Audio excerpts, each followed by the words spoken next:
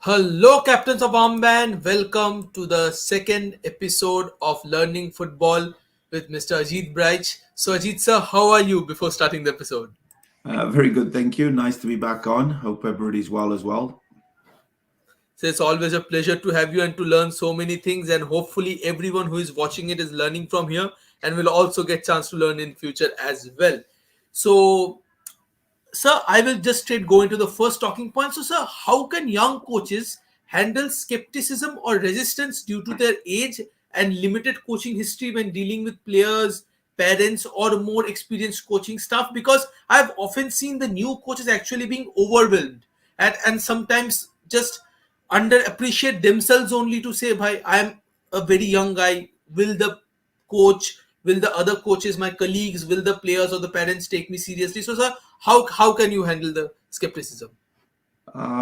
First of all, I think some of the questions included, I'm glad we're addressing. They have nothing to do with the technical content again. This is growth, and this is a super question. I think as a young coach, you need to find yourself and your voice first, right? I know you're going to be nervous, but again, have you taken on too much as well? So you sit down wherever you're going to your coaching, first coaching session anyway, make sure you're prepared, the numbers of players attending, is the equipment. So the first look of a senior coach or a parent looking in has an impact. Actually, we was on a conversation yesterday quickly about this. So the preparation, the structure is so important. If you show up, you're disorganized, you don't have the right colored pennies, don't have enough soccer balls, and then all of a sudden everybody gets the first impression, that you're young coach. I think slowly your knowledge will win those parents and coaches over. So again, it's preparation, preparation, preparation. All right.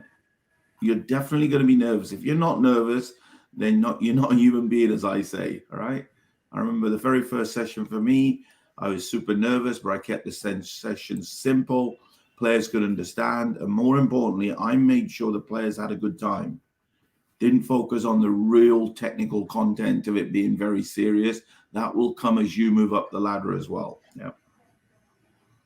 So, sir, you have said a very important thing that preparation do play a key role in certain extent to stop the inferiority complex that grows within yourself. But, sir, how can young coaches manage stress and maintain composure in high pressure situations, particularly when the team is not performing well? Because we have sometimes seen even the youngest of coaches do get angry and actually that makes the whole team nervous. So, sir, Yeah, I how smile. to control this? Yeah, I smile because I think it's in our blood. We get frustrated, and my mom always just say, "Oh, so what?"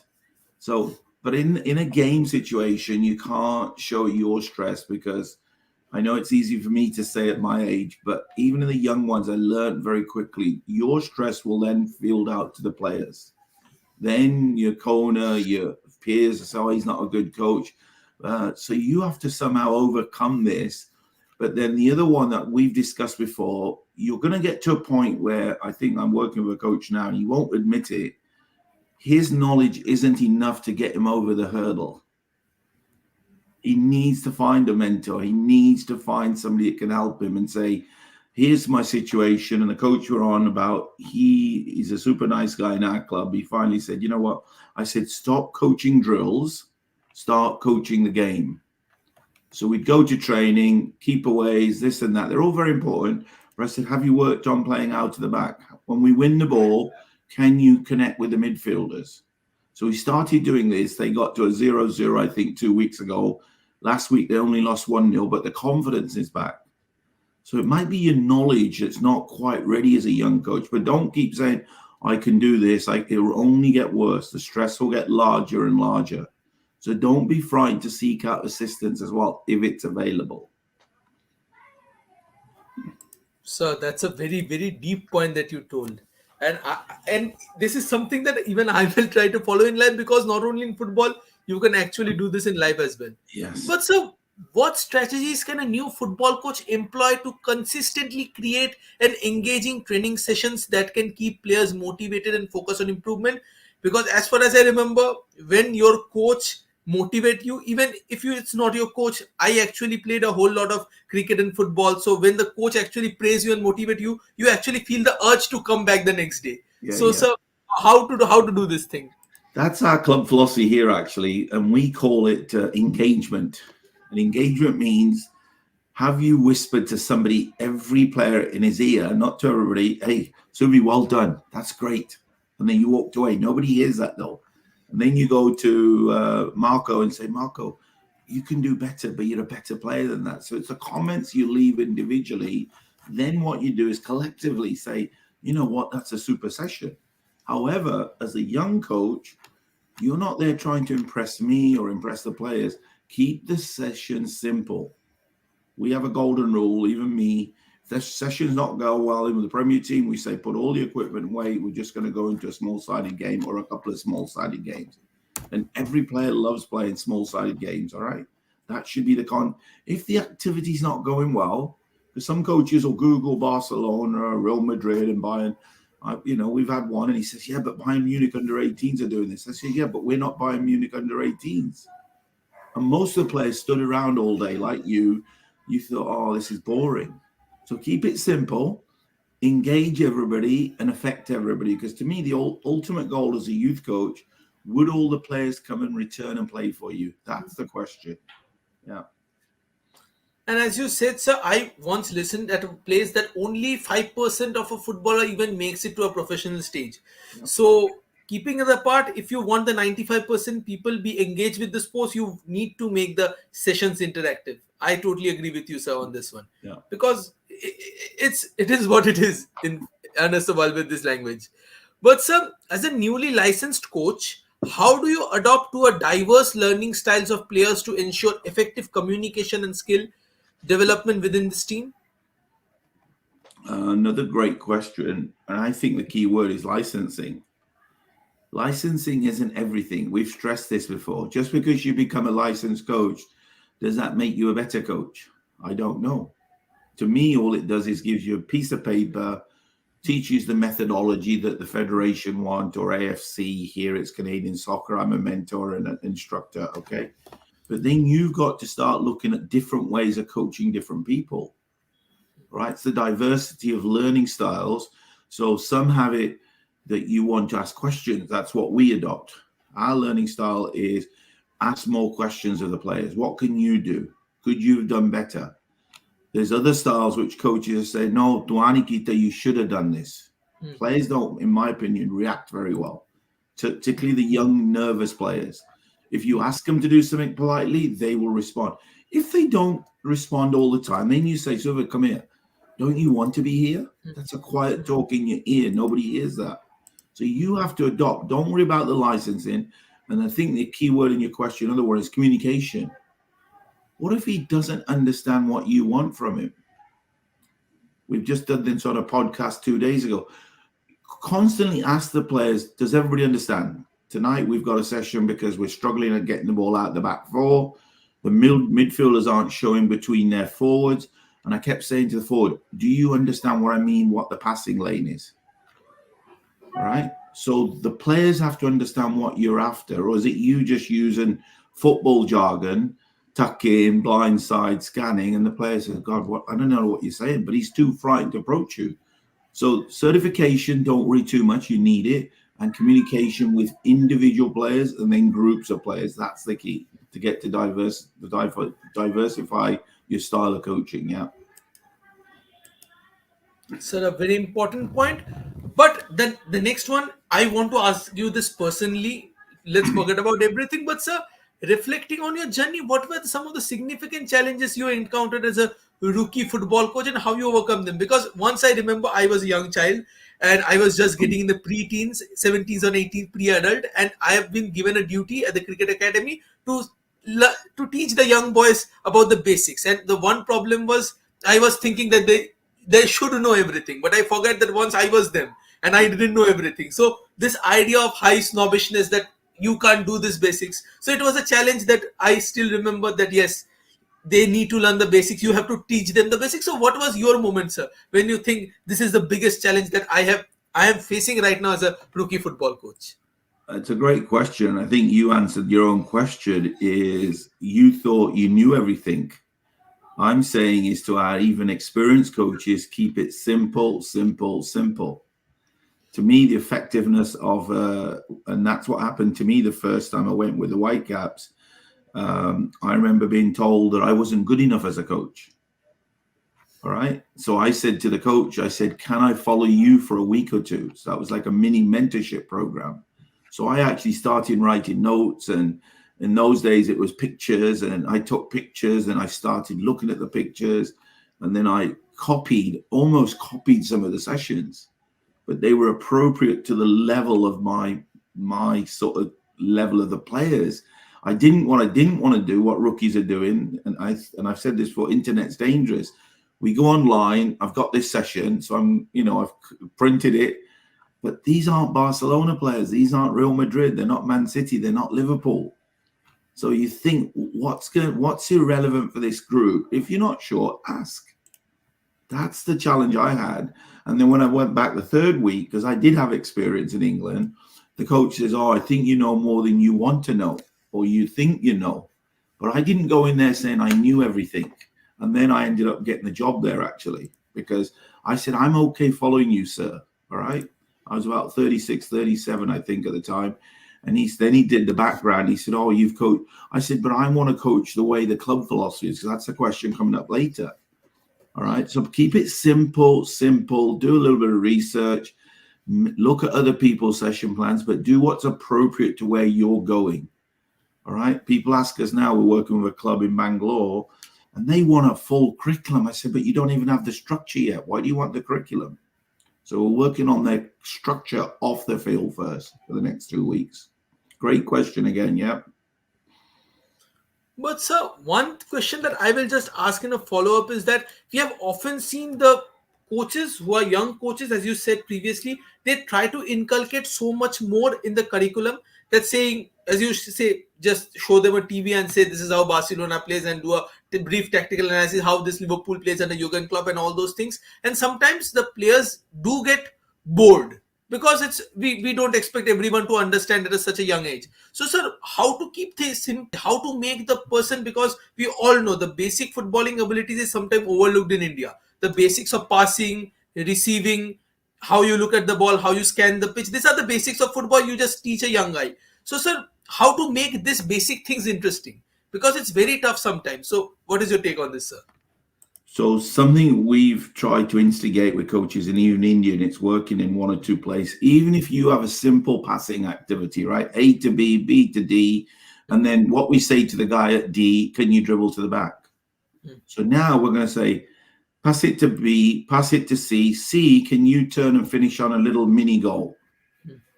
What does somebody's face do when the ball hits the back of the net? How does that make you feel? Success. So we talk about targets. So, right. So even in a passing activity, what is the target? And then number 2 for us is competition. So you could have this passing activity later on going on 2 areas, and you have, say, 10 balls each group. Say, right, we're going to pass, turn, score, come back. But it's a competition. All right. Quick example, actually, it was in Minerva. And even I think in England, I can't remember, we were doing a crossing activity, goalie catches, coach blew the whistle, said, right, that's great. I said, well, no, hold it, it's not great. He said, what do you mean? I said, what's going to goalie do in a game when he catches the ball? And he said, coach, what do you mean? I said, have another player on the opposite side that he catches and he can throw it to him, and then say, great feed. So the goalie thinks, wow. And then we had 2 more goals at the field. I said, keeper, when you catch it, they've got high press. Can you hit the target? And the target was the other mini goal. Then we finished the activity. Then we started again, crossing and finishing. So have targets, have competition. All right. As a player, you love to put the ball in the net. We love to beat the other team. That's why small-sided games are great. When we finish with small-sided games, have 2 games going on. It might be 3-3, 3-3. And after 10 minutes, the winners play each other and the losers play each other. After 5 minutes, the winners play it. So you never get a loser unless the team really poorly picked. Competition and targets to keep it interesting. Yeah. As you say, competition spur competition, and actually it becomes interesting that Yeah, even you keep score, like the right passes you do, you will get a point. yeah, I think so. That's a great way to do things, sir. But now yeah. moving on to a totally different kind of a question. So, sir, how do a rookie coach differ in managing player relationships compared to an experienced ones? And what strategies do you employ to build rapport and trust with your players? Because in one podcast I remember with Josh Bidness, he was the Crystal Palace under 15 coach. He told me Hmm. that it's very important, it's very hard to give time to every child who is in the pitch, but it's it's very much important to have such, because that will decide how he sees football and how he sees himself and his coaches. And if the relationship is good, he will love to come the next day as well. So I will just ask you this one: what is the difference between the young rookie coach and a experienced coach in terms of player relationship? Yeah, what you'll find, I'm hoping it's true, but certainly with me or our experienced coaches, first of all, I know the background and the culture of every single player. All right. So I know, Subi, that all with due respect, you might be having a little bit of difficulty at school. I found out you're not doing very well at school, but you love to come. Mom says, look after him. So I know, but when you do have a tough time, say, Subi, but this is your free time. All right. Number two, do you really know the names and the play of all the players? I've been to coaching sessions. He'll say, hey, so make sure you know the players, right? As a rookie coach, can you make sure, and I would encourage somebody them to do their own research, have it videoed. I will put money on their bet. Not that I'm a betting man. You're going to the same players every time to say well done, well done, well done. That's a tradition, a trend everywhere. Why don't we say well done to me because I'm a defender and I put in a great tackle? I think it was 3 weeks ago. I can't remember what it was, at the Liverpool game or somebody. And we talked about it as analytical coaches. I said, where do you think the goal came from? A centre half making a great tackle. I think it was Gomez, if I remember. And I said, in a training session, I would have been saying, Gomez, what a great tackle. But who are we celebrating? Salah. All right. And in the papers, who gets the glory? So as a rookie coach, are you actually connecting with every player? Not verbally, but just instructionally. Have you said to me, Ajit, well done? I didn't hear you. Guy, I go home and say, Mom, coach never talks to me. That is a common problem in Canada. We have 2 or 3 players because they're the lower player. You need to treat them equally as well in your contact of verbal. And sometimes you have to be careful. I might need a little tap around the shoulder. Right? Some might think you shouldn't be doing that, but that's what you need. So make sure you connect with all the players. As a senior coach, it just comes naturally. And then I go back to our last podcast. I still encourage young coaches to go and watch coaches, find a mentor. Some of my mentors once passed away, Dick Bates. I would watch Ron Atkinson in England when he was at Man United, Coventry City, Phil Neal, the exit. I watched hundreds and hundreds of their sessions. Right, not go online because we didn't have internet then. Yeah. That's a great way, sir, to gain experience and to learn by step by step. But sir, how do you approach establishing and nurturing strong support system of assistant coaches, mentors, and other resources within the football organization? Because sometimes we do tend to ignore all these things from the outside, but a good coach always has a good assistant coach, and even in the youth level as well, a good assistant coach makes the job a whole lot more easier for the coach as well. And to have players who are mentor, the senior players who sometimes become the mentors of the players, and this whole structure within a football club. So sir, how do you do that? Unfortunately, that's a very, very tough question. And I please say to all the senior coaches out there, we have something here, and England do it as well, where you have to put, as a senior coach in England too, I had to put in 2 or 3 hours every 2 weeks or 3 weeks to go and mentor a coach. Right, that was part of why I love football. Could I help somebody else? We say we all love football, we're passionate, but everybody's driven by sometimes money, time, too busy. That's a common word even here. And I say, look, make 10 minutes for somebody, make 20 minutes. So even last night, we're on holiday here. Marco, it was raining. He said, Coach, can I run a session? I said, yeah. And I said, do you want me to come and watch you? And he said, only if you have time.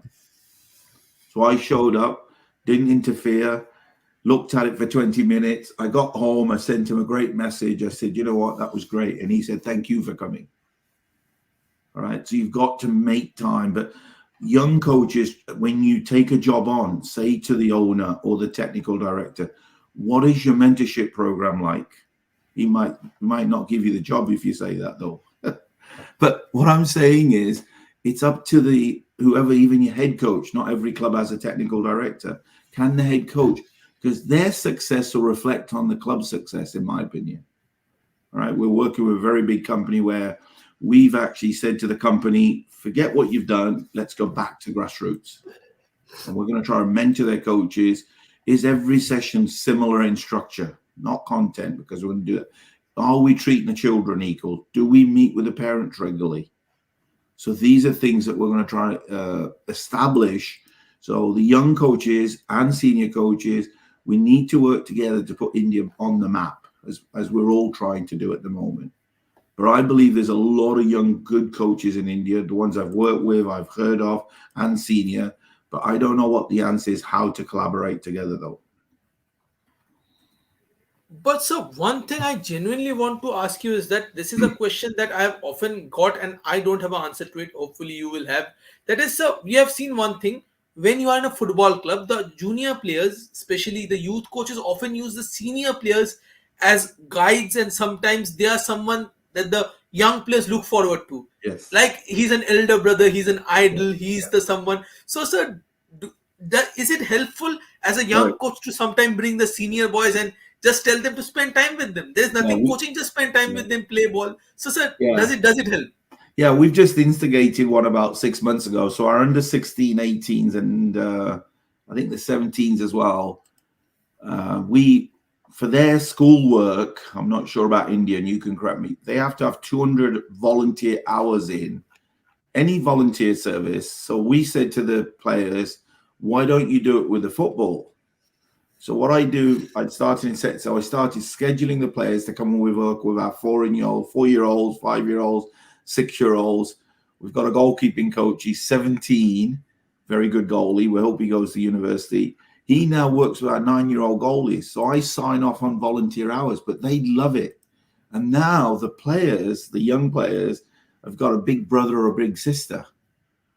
So that's how we've incorporated it. And if, say, Marcus, the goalie, is not there, that's the first thing these 9-year-old goalies ask me, where's Marcus today? Where's Marcus today? So I think it's a great way of putting time back. And in the pro clubs there in India, obviously like Minerva was one, we say to the professionals, you're only sat in your hotel room or you're sat in your guest house. Let's go on the field for 2 hours. You're not really working, but the players will look up to them tremendously, I believe. So adapting that and then showing them their silky, smooth skills, as I call it, the players are overwhelmed, but they want to try it. All right. And then they spend at the end 2 or 3 minutes. And then I think I said, not this podcast, another company, if it's an I-League team or a super division, say, hey, we're playing on Saturday. Leave them free tickets. So our under 6-year-olds, I think was it a couple of weeks ago, they came and watched Marcus and everybody play. So there's a group of them just on the side. We don't have tickets. We don't charge. But at the pro level, you could let them into the stadium free. We did that with Vancouver Whitecaps here. So they know the players out there and they're waving to him, Marcus. And I'm saying, don't distract him. He's playing. So that's a great way, I think, of mentoring young players with our senior pros or even our under 18 players. So that's great. Yeah. So, guys, that was all for today. And a very, very big thank you to Mr. Ajit sir for coming to our show and helping us learn more and more things about football coaching and football as a whole. So, guys, thank you. Please subscribe to our channel. And yes, we have a big, big surprise for you. The website is live now, and there are a lot more things coming to the website as well. So, guys, until then, it's goodbye from Armband. Tada.